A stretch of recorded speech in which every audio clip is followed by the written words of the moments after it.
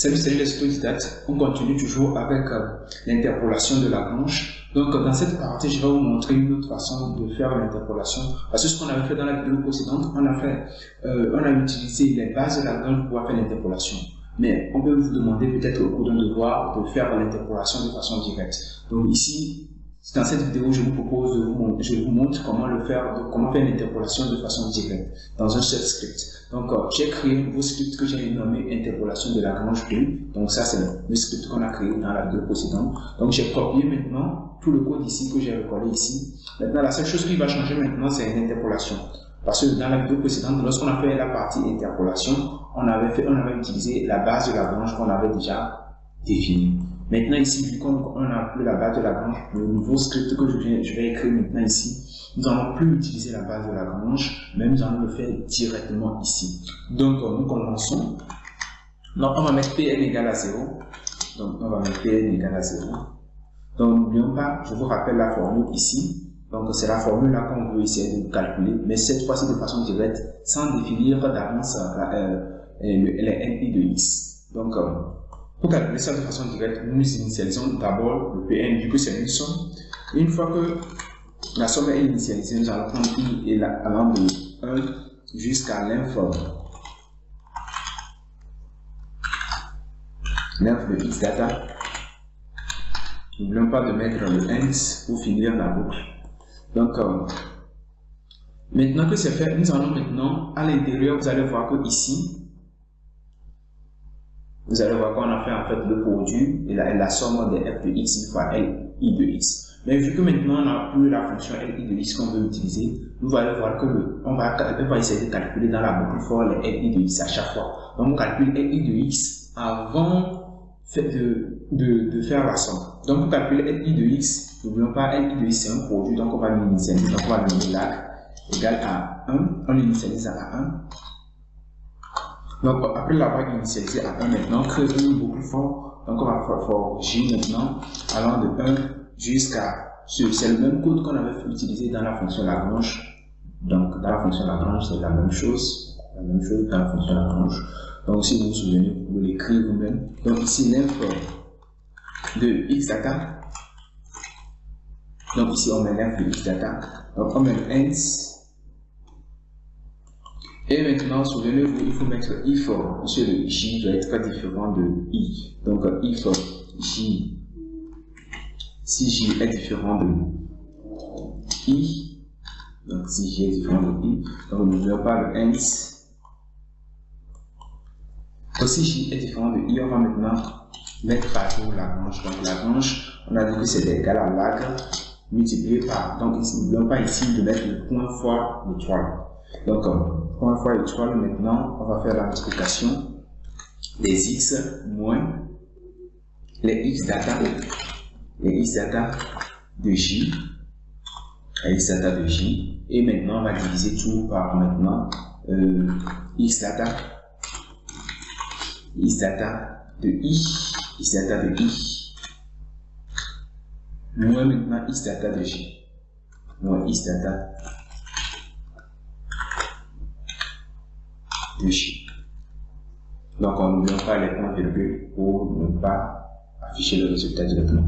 Maintenant, après la boucle for là, donc d'ici jusque là, vous allez voir que à la fin de cette boucle, on calculera le ni de x. Une fois que le ni de x est calculé, maintenant on peut l'ajouter maintenant à cette somme là. Donc on va dire que n est égal à pn plus maintenant f de x. Donc ici f1, ici on a déjà défini f. Donc f de x ici.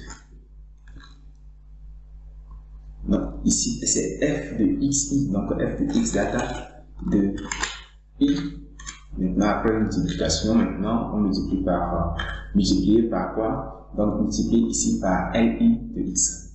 Donc ici le li de x ici c'est lag. Donc li de x c'est lag. Et maintenant on ferme. Donc vous allez voir que quand on va faire la somme là jusqu'à la fin, tout sera maintenant bon. Donc ici c'est le script général c'est le script général. On parcourt un peu le script. D'abord, vous définissez les points d'interpolation. Donc ici, c'est un intervalle. Donc j'ai défini A, j'ai défini B, j'ai défini le nombre de points que je veux avoir. J'ai calculé le pas en utilisant H qui est égal à B moins A sur N moins 1. Après avoir calculé le pas, j'ai défini le X data, c'est-à-dire les points l'abscisse des points d'interpolation. J'ai défini ma fonction F. Une fois que la fonction F est définie, après ça, je définis maintenant le Y data qui est égal à F de X data.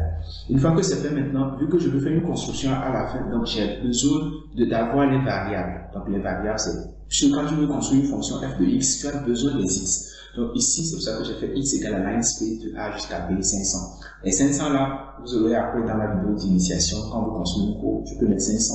L'essentiel, c'est de prendre assez de points possible pour que, quand on va construire la cour, pour que la cour soit un peu lisse. Si vous mettez là-bas 50 points, vous allez voir une cour un peu saccadée, ça ne sera pas lisse. Donc prenez au moins assez de points, jusqu'à 500 points, je crois que c'est largement suffisant pour avoir une courbe assez lisse.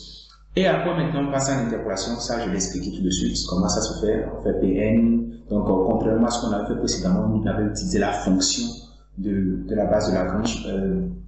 Cette fois-ci, on n'a pas utilisé la fonction, on l'a définie à l'intérieur directement. Donc, après définition, on a ajouté ça à la somme et c'est fini. Et après, maintenant, la partie pro, là, on construit d'abord les points d'interpolation. Et après construction des points d'interpolation, on construit notre fonction. C'est la fonction sinus ici qu'on utilise. On veut faire une approximation de la fonction sinus. On construit la fonction sinus. Après construction de la fonction sinus, on construit maintenant le polynôme d'interpolation. Après construction du polynôme d'interpolation, on ajoute la légende pour tout différencier, les codes. Donc, on est en fait prêt. Tout est prêt maintenant. On lance le code pour voir si tout fonctionne très bien.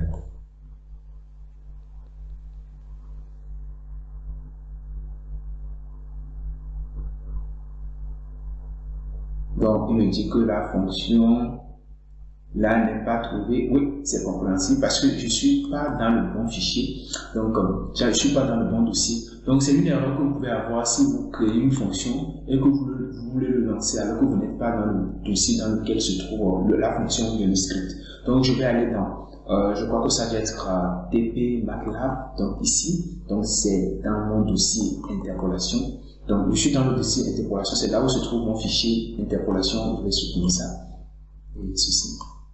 Donc, c'est ici que se trouve mon fichier interpolation de Lagrange, donc je le lance. Donc, quand je lance cette fois-ci, ça va fonctionner, parce que je suis maintenant dans le bon fichier. Vous allez voir que le résultat est toujours le même que ce qu'on avait trouvé précédemment. Sauf que ici, on a fait le code dans un seul script. Donc, c'est tout pour cette partie. Nous avons vu ensemble la base de Lagrange. Comment faire une interpolation de Lagrange en utilisant la base de Lagrange, c'est-à-dire lorsqu'on avait fait la fonction Lagrange, lag. Donc, après, dans cette vidéo, on a appris comment faire l'interpolation de Lagrange de façon directe dans un seul script.